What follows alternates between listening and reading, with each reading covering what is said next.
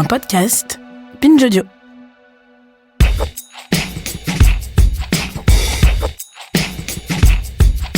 Bon, à Bordeaux, l'architecture saute aux yeux. C'est une très belle ville. Un peu partout, on trouve des traces de ceux qui l'ont dirigée, qui l'ont façonné, notamment Jacques Chaban-Delmas. C'est le héros local. Alors pour ceux qui connaissent pas, Chaban, c'était un peu le Macron de l'après-guerre. Le politicien jeune et dynamique qui promettait le changement.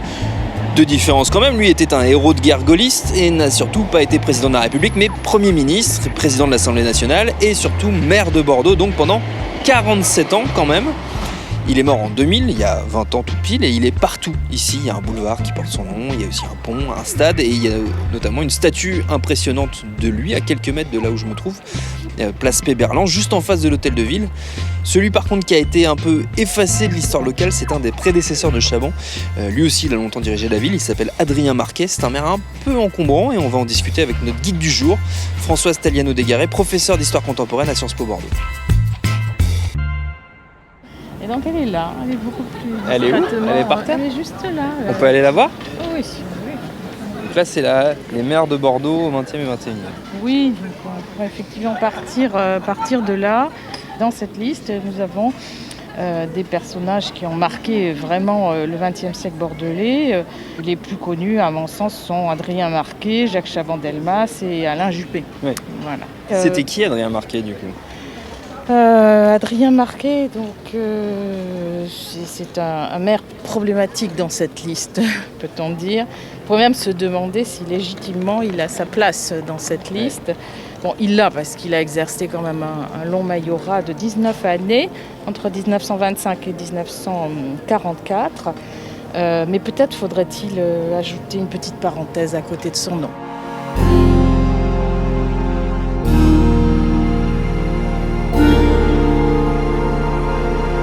Cette petite parenthèse, elle s'explique parce que c'est un maire qui, si vous avez bien entendu les dates, 1925-1944, est resté maire pendant la Seconde Guerre mondiale et qu'il a collaboré avec l'occupant.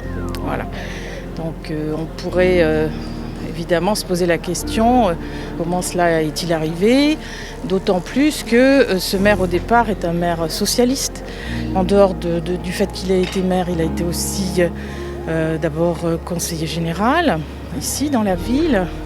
Conseiller municipal, puis en 1924, il est élu député socialiste. Il va connaître une espèce de basculement déjà idéologique au cours des années 30. En 1933, il va faire partie de ce qu'on appelle les néo-socialistes au sein du parti de la CFIO. C'est une branche dissidente qui émerge dans les années 30 parce qu'on est dans un contexte aussi de crise économique. La France rentre dans la crise économique en 1932 et donc on essaie de trouver des solutions. Et au sein de ce parti socialiste de l'époque, il y a ce courant qui émerge, mais très vite ce courant, donc autour de personnalités qui sont extrêmement complexes et ambiguës évidemment pour toute la période qui nous intéresse. On trouve par exemple des gens comme Marcel Déat en tête. Donc Adrien Marquet, mais aussi Barthélemy Montagnon ou Pierre Renaudel. Et donc ils sont très impressionnés sans aucun doute par le modèle mussolinien. Donc il est exclu de la SFIO parce qu'au cours du 30e congrès de la SFIO en juillet 1933, cette branche dissidente va par Adrien Marquet lui-même, prononcer des mots assez terribles. C'est le fameux triptyque ordre, autorité, nation. Donc des socialistes qui se réclament de l'ordre de l'autorité de la nation dans les années 30, ça fait peur. Donc ils sont exclus, ces néo-socialistes, à l'automne 1933 de la SFIO. Ce qui n'empêche pas notre maire Adrien Marquet de faire une carrière nationale et une carrière locale sans grand problème. Alors sur le plan national, son premier grand moment, c'est un poste de ministre du Travail dans le gouvernement de Gaston Doumer. Dans ce gouvernement Doumer, il faudrait signaler qu'il y a déjà des gens comme Pierre Laval ou le maréchal Pétain. Donc voilà, il a sur le plan local aussi la possibilité, avec ce profil un peu changeant évidemment à ce moment-là, la possibilité de rallier aussi les élites sociales ici à Bordeaux. Et il va pouvoir mener une politique municipale d'envergure, d'embellissement de la ville, d'équipement de la ville, et il laisse énormément de choses dans le paysage. C'est pourquoi on pourrait dire à propos de l'inscription, évidemment, devant la mairie de Bordeaux aujourd'hui. Il y a un marqué avant 40 et un marqué après 40. Là, on est devant l'hôtel de ville de Bordeaux. J'ai cru comprendre que dans cette période de l'occupation, il y a eu un événement important culturellement ici, à l'hôtel de ville, qui est l'accueil d'une exposition qui n'est pas sans conséquences intellectuelles dans ce jardin de l'hôtel de ville. Oui, on peut dire qu'il y a une compromission idéologique et culturelle totale, concrète, dans les jardins de la mairie et dans les ailes de la mairie, puisque ont été organisées deux grandes expositions. Celle à laquelle vous faites allusion, c'est l'exposition antisémite, le Juif et la France, et puis donc ça c'est au printemps 42, et puis à l'automne 42, donc une exposition aussi, l'Europe contre le bolchevisme, donc anti-bolchevique, anti-marxiste, etc. La première est évidemment extrêmement intéressante pour nous parce qu'elle se situe juste avant les premiers convois de déportation. Elle n'arrive pas ici par hasard, cette exposition. L'exposition est souhaitée par l'ambassade d'Allemagne, la propagande allemande, qui aide aussi à l'exposition. Des décors d'ailleurs ont sans doute été prêtés par les Allemands. Il y avait une espèce de grande affiche à l'entrée où on voit donc la figure du juif qui domine la planète, enfin bon, une connotation extrêmement antisémite et classiquement antisémite si je puis dire. Et donc l'Institut d'études des questions juives de Paris avait d'ailleurs une antenne à Bordeaux et directement donc l'expo a ainsi été organisée. Donc exposition mais également conférences antisémites, tout ça annoncé et porté par le quotidien donc local en 7 de Sud-Ouest qui s'intitule à l'époque La Petite Gironde. Donc il y a aussi une compromission de la presse locale qui est très forte. Exposition de livres antisémites. Alors nous avons tout ça, les archives, c'est formidable quand on les trouve. Ce sont des archives allemandes qui sont aujourd'hui au mémorial de la Shoah. Et donc on a le compte-rendu par les correspondants allemands qui nous disent ce qui s'est passé exactement ici. Alors dans les jardins de la mairie, il y avait aussi un chapiteau et dans ce chapiteau, on présentait des films, les fameux films antisémites. Ici on a présenté Les Corrupteurs, Le Péril juif. Alors c'était une manière aussi d'attirer de manière plus ludique, si je puis dire, aussi le public. Beaucoup d'enfants aussi des écoles sont venus lors d'une conférence, je me souviens que j'ai faite à Bayonne. Quelqu'un est venu me voir me disant « Madame, j'étais enfant et j'ai visité l'exposition ». Donc on a amené des écoles entières, quoi. Et d'après les sources allemandes, 60 000 personnes ont transité par cette exposition. Ce n'est pas Adrien Marquet qui a inauguré l'exposition, mais son adjoint à la culture, Robert Poplavski, qui a tenu des propos sans équivoque sur antisémites et sans équivoque. On a encore à Bordeaux d'ailleurs une place Poplavski. Donc cette exposition, chronologiquement, c'est juste avant les premiers convois de juin 42. Pour lesquels, vous le savez, donc Maurice Papon a au moins été condamné pour 4 d'entre eux pour complicité de crimes contre l'humanité. Voilà.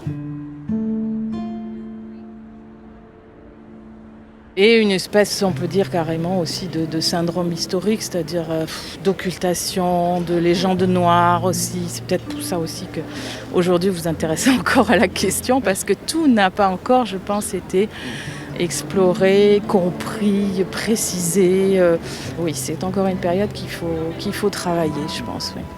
Ce qu'on n'a pas raconté donc, c'est qu'en juin 40, quand il y a ce bouleversement politique qui suit la défaite militaire, c'est-à-dire quand le maréchal Pétain arrive au pouvoir, Marquet est dans l'équipe Pétain. Oui, Marquet donc n'est pas revenu au pouvoir depuis 1934. Il attend, je pense, son heure, comme des gens comme Pierre Laval. C'est un proche de Laval et ils vont œuvrer en faveur de l'armistice et ils vont œuvrer aussi en faveur des pleins pouvoirs qui sont votées donc, le 10 juillet 40, ensuite à Vichy, puisque le gouvernement d'abord installé à Bordeaux est ensuite transféré, comme l'on sait, à Vichy.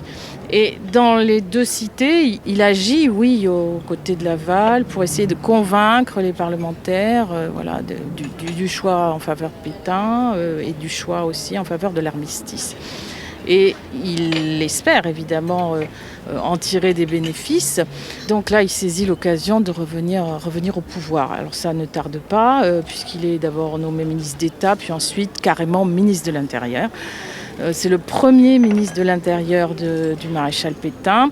Et il va rester en fonction assez peu de temps quand même, entre juillet et septembre 40. Mais néanmoins, on a la loi antimaçonnique d'août 40. Bon, c'est quand même très lourd de conséquences en termes de persécution. Voilà. Et puis, le premier statut qui concerne les Juifs d'octobre 40. Donc, ce statut est déjà sans doute dans les tuyaux quand il est au ministère de l'Intérieur. Ici, on est en zone occupée avec un maire qui quitte le pouvoir national en septembre avec grand regret. Bon, on dit que Pétain ne l'appréciait pas beaucoup, alors sans doute est-ce l'explication.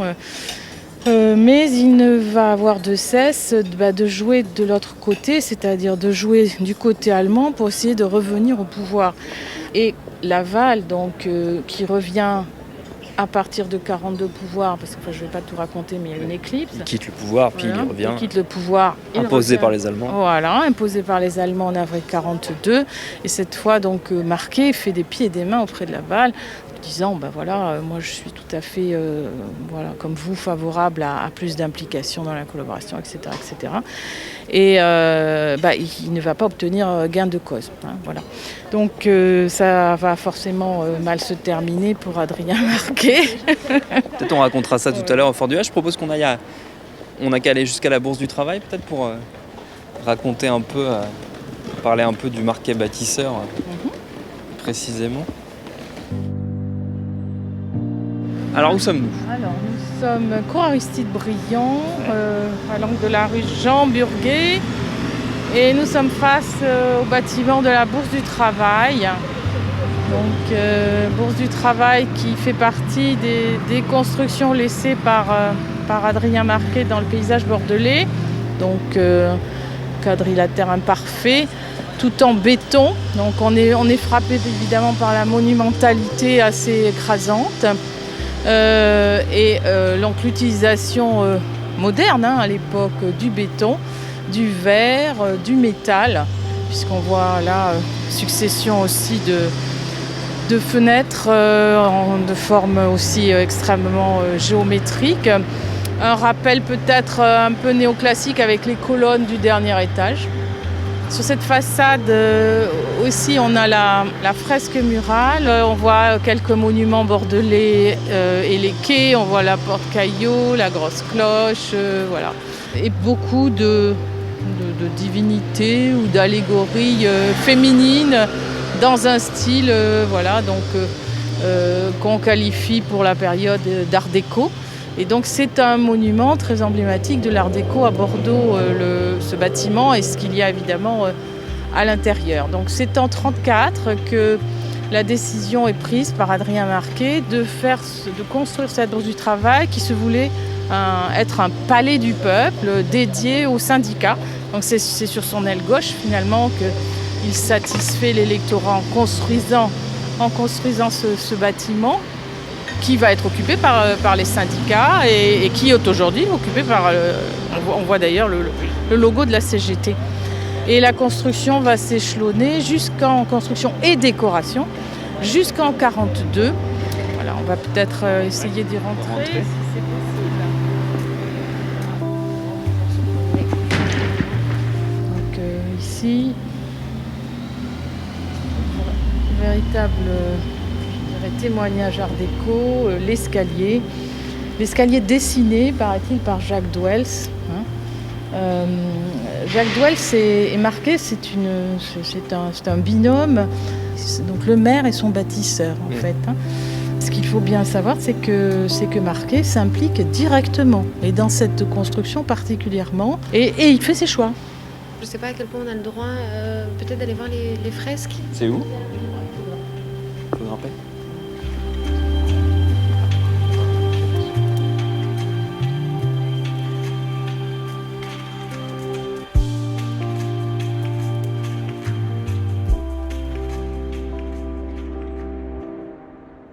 Donc, ici, on a un sommet de l'art déco bordelais avec donc une allégorie très botticellienne, moi je trouve, on dirait du Botticelli, qui représente Vénus, la ville de Bordeaux. C'est un bâtiment assez étonnant à tous égards, magnifique, peut-être pas encore assez rénové. En cours de rénovation. En cours de rénovation. Sur un autre étage, il y a une salle des congrès également, je dis ça de mémoire. Dans cette salle des congrès aussi, on avait la modernité, vraiment cet attachement à la modernité affiché, pour le coup, parce que la salle était décorée de photographies, ce qui est quand même extrêmement rare pour l'époque. Et ces photographies rendaient encore hommage aux activités de la ville. Et le maire communique aussi sur son action par ces expositions de photos. Un parallèle me vient souvent en tête quand je compare. Oui, on peut comparer aussi Jacques Chaban-Delmas et Adrien Marquet, non pas pour leur choix politique, mais pour leur gouvernance, donc par rapport à la culture et par rapport à leurs ambitions de faire carrière nationale.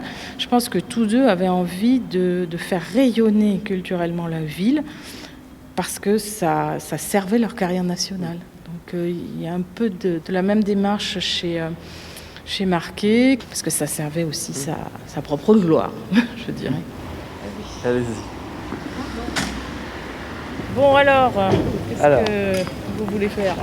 D'Adrien Marquet. Alors peut-être terminer au fort du A pour terminer sur la fin de l'aventure d'Adrien Marquet à Bordeaux.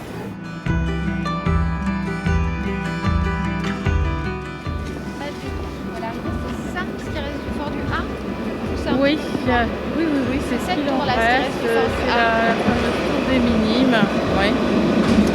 Et donc le fort du A, c'était une forteresse, et puis prison aussi, et c'est pour ça que nous sommes là, liés en relation directe avec la Seconde Guerre mondiale. Alors ici, ce fort du A, c'est un petit peu l'antichambre du camp de Mérignac aussi, ça fonctionne avec un autre dispositif de la persécution politique française. Très symboliquement aussi, on est tout près de la mairie, on est à 2 pas de la mairie, à 2 pas aussi de la cathédrale, et donc un lieu de souffrance et d'angoisse tel qu'on peut l'imaginer, avant l'internement pour les juifs notamment, mais aussi pour les opposants au camp de Mérignac, les exécutions sommaires d'otages, et il y en a eu, tristement célèbres, donc en 41, surtout l'année 41-42. Donc ensuite la déportation. Donc voilà, une prison qui signifie, si on en revient au cas de Marquet, que il ne pouvait pas ignorer que ici on internait juifs et opposants. Et donc et c'est là que lui-même a été interné à la Libération. Là, je parlais de la responsabilité politique, bien sûr. Mais cette responsabilité politique lui a valu ensuite, évidemment, d'être arrêté et lui-même de connaître ses geôles. Voilà, avant d'être jugé en 1947 par la Haute Cour et donc condamné à 10 ans d'indignité nationale. Il a réussi à argumenter que il avait pu sauver quelques personnes, donc finalement il n'a pas été extrêmement puni entre guillemets. Gracié ensuite, donc en 1953, il a même l'ambition de refaire carrière politique et il a gardé, il est vrai, dans cette ville, donc en 1953-1955, des réseaux. Il soutient une liste sans être lui-même directement impliqué, mais tout le monde sait qu'il est quand même là derrière la liste Estèbe. Et puis en 1955, il meurt en scène, on peut dire, en pleine au moment d'une campagne électorale à la TD municipale, donc d'un infarctus. Est-ce que sa longue présence et la tâche qu'a été sa collaboration et le fait qu'il ait emporté avec lui la municipalité bordelaise quelque part pendant cette guerre explique le long succès de la droite gaulliste à Bordeaux après. J'imagine que ce n'est pas la seule explication, mais est-ce que c'est une des explications ? Alors, il est clair que Jacques Chaban-Delmas a été envoyé ici par le général de Gaulle en guise de rédemption, dans une ville qui s'était beaucoup compromise. Ce jeune général de brigade, compagnon de la Libération, donc Jacques Chaban-Delmas, était là pour effacer ce passé encore trop brûlant. Une ville qui a besoin de se refaire une image. Donc Chaban, sa jeunesse, son dynamisme, ses ambitions nationales, tout ça va d'une certaine manière jouer en faveur du syndrome bordelais. Et on a remis le couvercle sur cette période si délicate de la Seconde Guerre mondiale.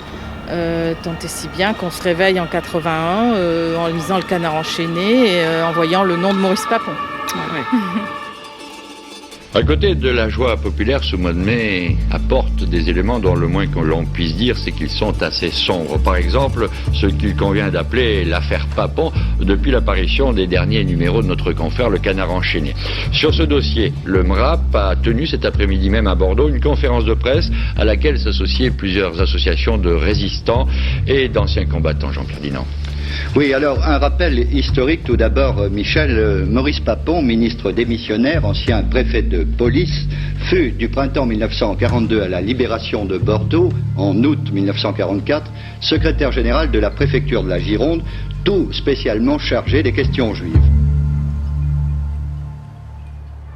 On ignorait à Bordeaux à peu près qui il était et qu'est-ce qu'il avait fait ou... Avant 81, assez largement. Donc il y a des personnes qui vont dévoiler à la presse ce qu'a fait Maurice Papon à Bordeaux et qui vont travailler de longues années. Je pense évidemment à Michel Sitansky, qui a échappé à une rafle et dont la famille a été déportée et qui a passé toute sa vie à essayer de recomposer et de faire connaître ce passé.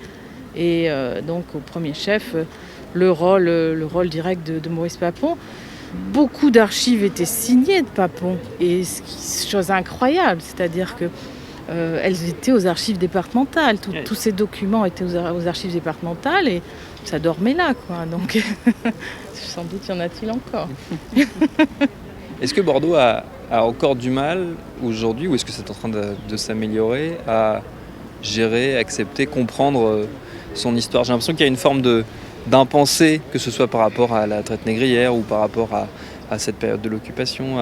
Tous les coins un peu sombres de son histoire sont à la fois très présents, parce qu'on ne peut pas passer à côté, et en même temps occultés.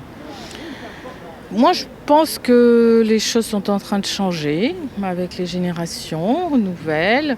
En fait, aujourd'hui, c'est une nécessité absolue, quoi. On ne peut plus prétendre être une ville moderne, attractive, créative, comme on dit aujourd'hui, si on traîne entre guillemets, des casseroles de ce type-là. Donc il faut absolument reconnaître, montrer qu'on reconnaît ce passé. Donc on travaille, les villes ont tendance maintenant à reconnaître et à travailler sur la mémoire, sur leur mémoire sombre en fait. Ça, dans l'objectif qu'il a derrière, c'est précisément d'avoir aujourd'hui, de donner d'elle une bonne image.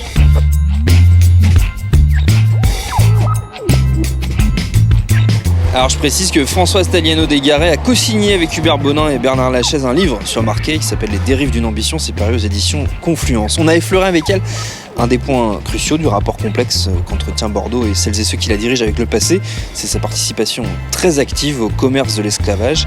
Ça tombe bien, ce sera très précisément le sujet de notre prochain épisode.